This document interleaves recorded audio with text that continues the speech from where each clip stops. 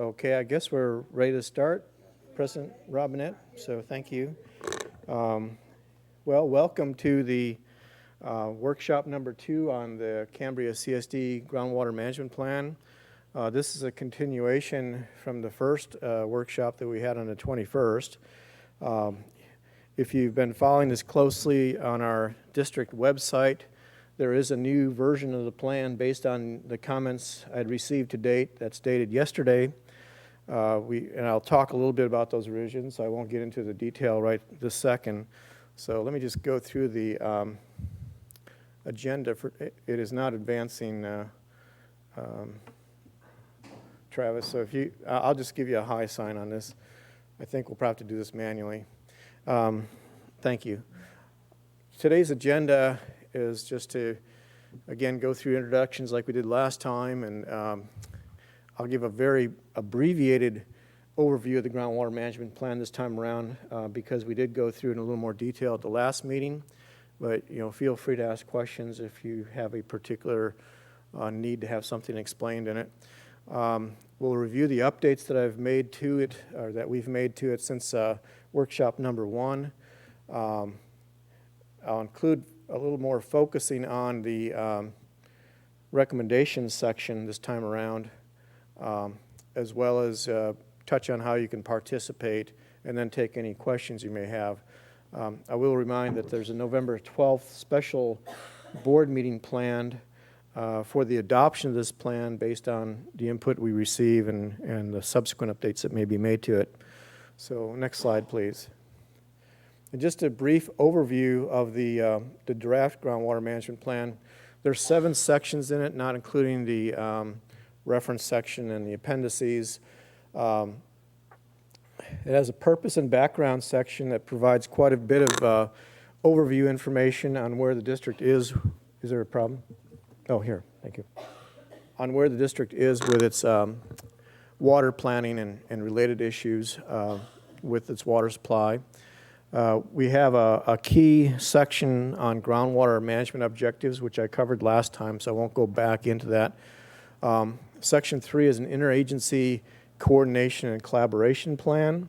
This is a present-future type discussion. It has the current interagency coordination, which is relying much similar to how you review an environmental document with public review and comment. But there's also a future-based collaboration plan that talks about how to, once you have a little more time, a little more budget, to do a full-blown steering committee collaboration process to do a future update on the plan. There's a discussion on groundwater recharge and mapping. That is a more recent requirement of the water code for AB 3030 plans, where you have to provide a map showing the areas of recharge, which we did in this plan. There's a discussion on groundwater and surface water modeling, a section that pretty much summarizes wellhead protection, wellhead abandonment, and well construction policies for our area. Those are largely a county environmental health responsibility, but we did touch on those. And lastly, the recommendations, which I'll go into much more detail today on. Next slide, please. I think I should probably pause and maybe, should we introduce everybody here? We did that last time, and I just, maybe we'll hit the pause for a second, Gail, if that's okay with you. And just, I'm Bob Gressens, the district engineer with Cambria CSD, I think, and then we have our Michael Thompson, our director, right? If you want to introduce yourselves, we'll just kind of sweep through the room this way. Mike Thompson, I'm the vice president of the board. And I'm Lenny Anderson. Lenny Anderson, an interested resident of Cambria and enjoying the nice seat here. Thank you. Thank you very much. All right. And I'm Monique Madrid. I'm the Administrative Services Officer. And Gail, you want yours? Here, you can do it right here if you want.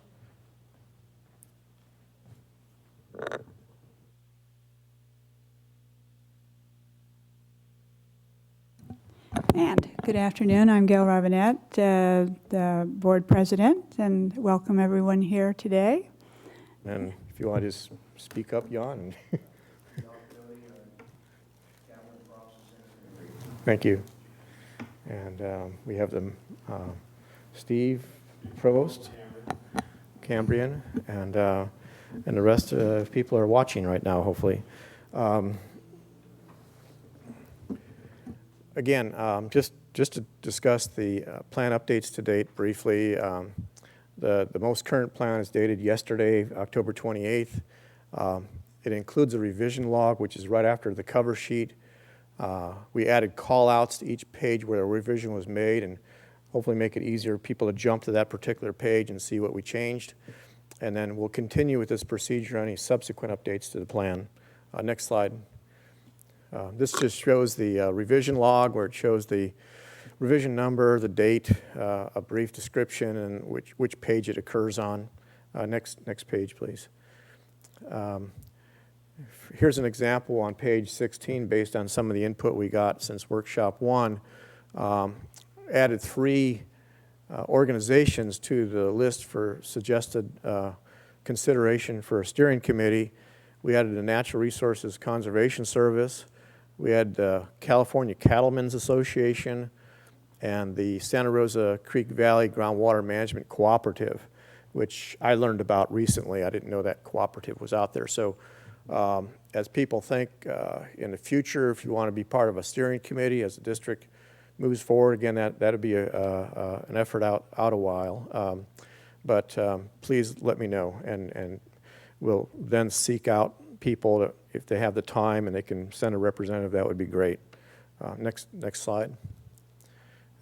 Here's another example of a revision that was very useful to learn from, particularly from agricultural folks that were here last time, that in addition to the Central Coast Ambient Monitoring Plan that's going on with the creeks, there's a Central Coast requirement for the irrigated agricultural order, and I give that number.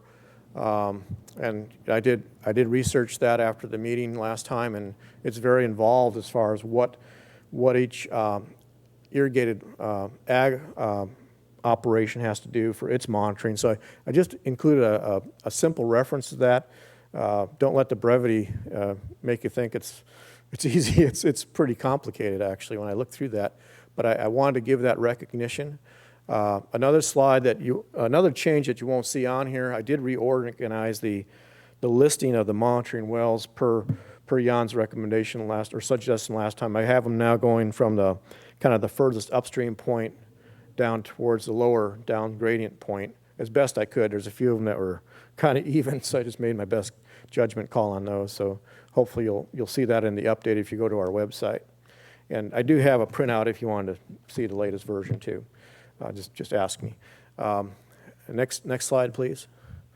So recommendations. This is just a summary, a repeat of the last meeting we had.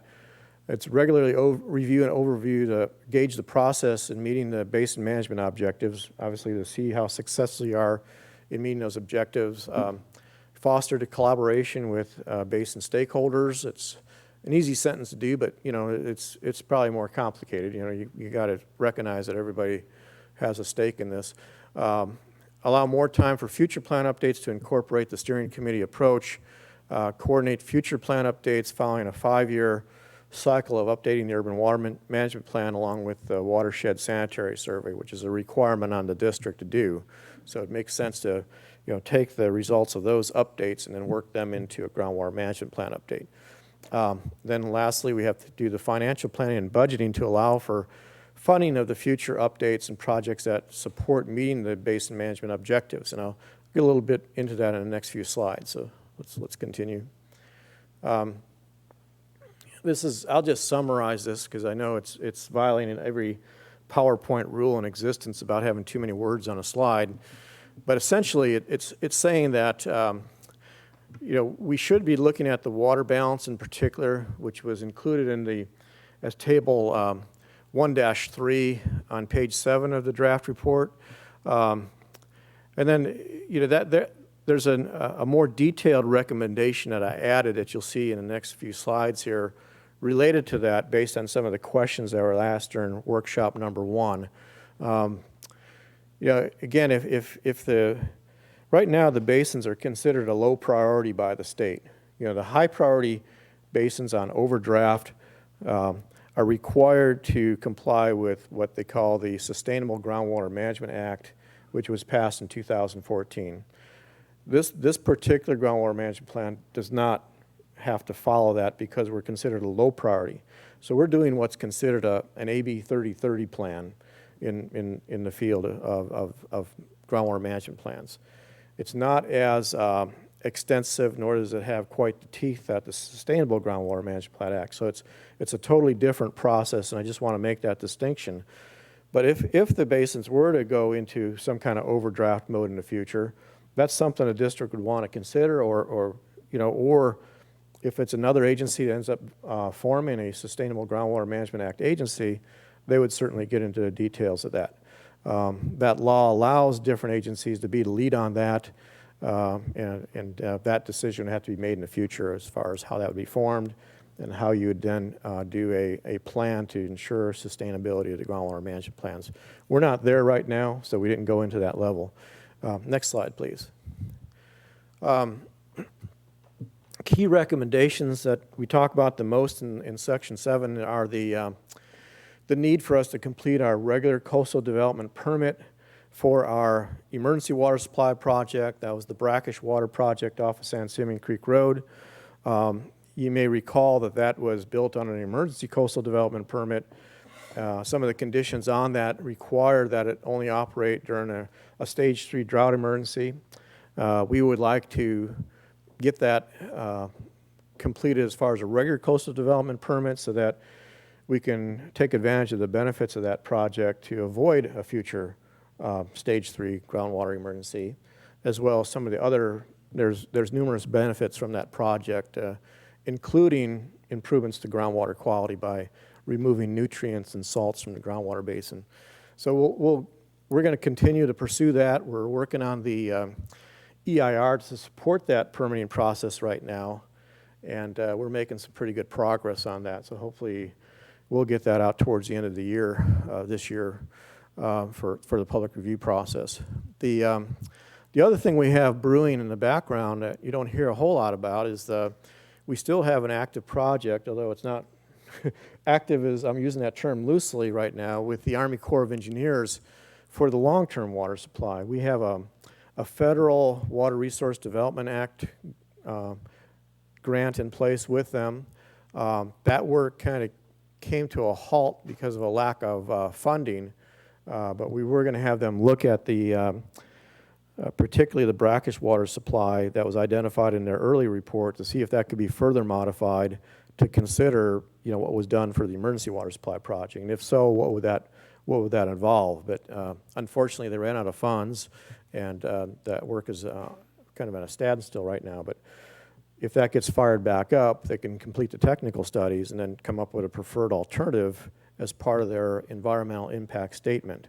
And so that's still in the background. We need to continue to work with the Army Corps and try to find some funds for that effort so we can keep that ball moving forward. Next slide, please. Other recommendations are really related to having the resources available through the normal planning and budgeting process to support the basin management objectives. For example, we have a need to, I won't go into A because I just covered that, but the EIR and the regular coastal development permit, they all take funding. We have the funding for the Army Corps. We have funding to support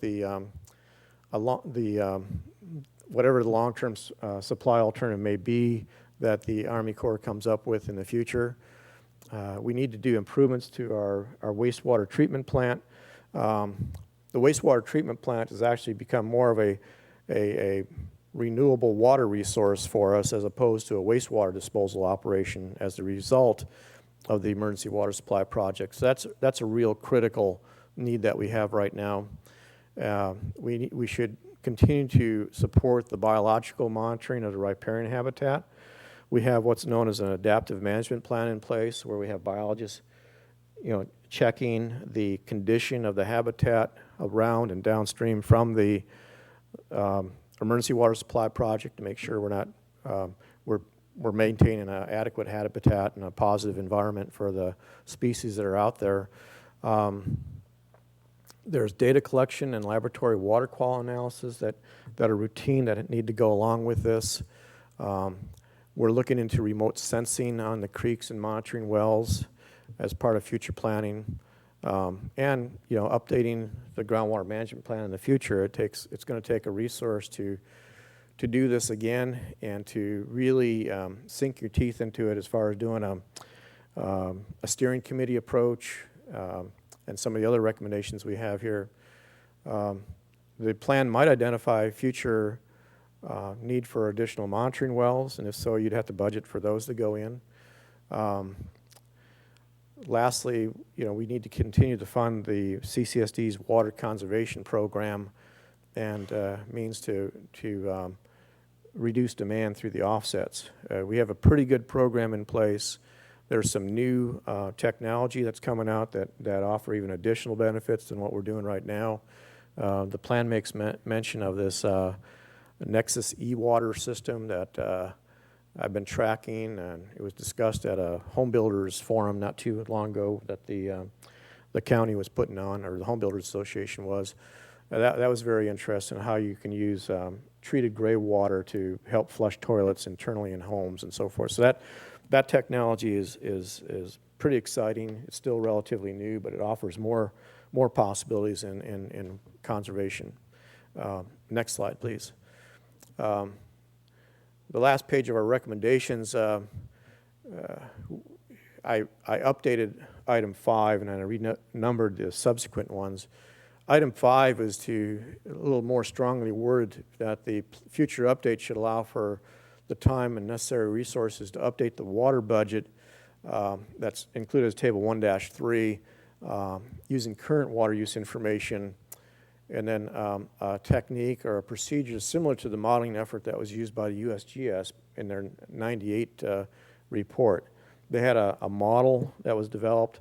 They did a pretty thorough investigation of water demands that we certainly couldn't do at our level right now, but a future plan should consider that, and then you can assess things more accurately as far as where the groundwater basin is in regards to, is it in balance, is there overdraft going on, that type of thing. So it'll help serve as a gauge for where things are at that time. Again, we should continue to report on our monitoring well elevations and be actively involved with the state's California statewide groundwater elevation monitoring program, which is known as CASGEM. There's quite a movement on that right now within the state. We should also look at the water rights settlement agreement that we have in place with our rancher to the north of the San Simeon well field and Perk Pond area, and make sure we're figuring out how to solve that. That has a long-term commitment with it that makes it kind of challenging based on our dry weather diversion limits. And again, just continue with our conservation program. So that pretty much concludes the recommendations.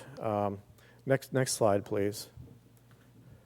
So I'd like to just open it up to any public comments and questions you might have at this time, and certainly welcome to come here to the podium if you wish to use the microphone, and I'll just stand aside here.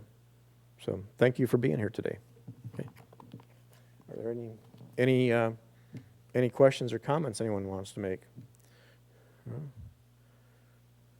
Yeah, okay, being none, I guess we'll move on to the next one. And I gave my PowerPoint slides away, so I can't remember what's on the agenda next. Is this the reminder, Monique?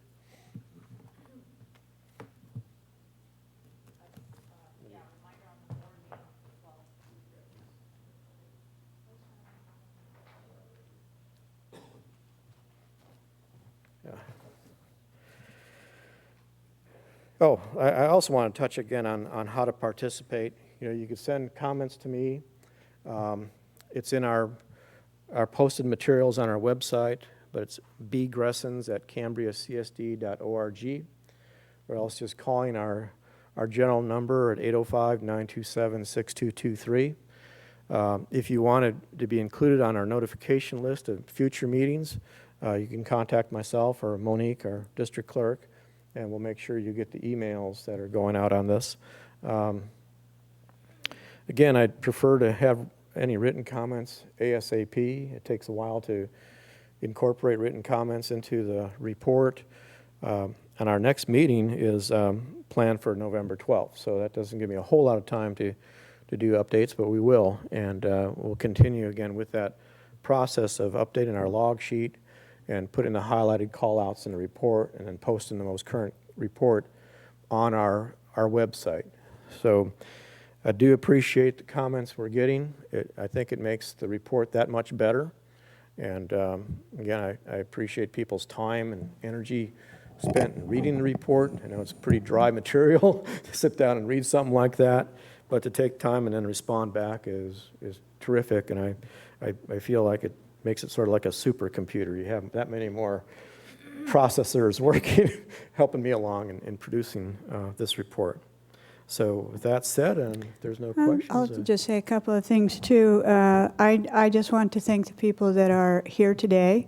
This is your second workshop, and Vice President Thompson and I are in attendance certainly to support that, but as the water permitting ad hoc too. And so we, I think I speak for both of us when we appreciate the time of everyone that's here and the time you've put in on this. And, you know, it is that this is a really important project, but along with your other work too, I think we're just making good progress in several directions. So thank you all today, and thank you, Mr. Gresham. Thank you very much. Appreciate it. You're welcome. Just wanted to add, I read the comments provided by Mike Broadhurst and George, what's his? Kendall? Kendall, from Ranchers and Farmers on Santa Rosa Creek Road, and I appreciated the comments that they made, and I think it added a great deal to the report that we're preparing. Yes, he did. Okay, so I think I want to make sure I give the time right for the November 12th meeting. Is that at 12:30? So our special board meeting, where this is going to come up for consideration as adoption, would be November 12th, and starting at 12:30, and that's here in the Vets Hall again. And without there being any further comments or questions, I guess we'll adjourn. So thank you all very much.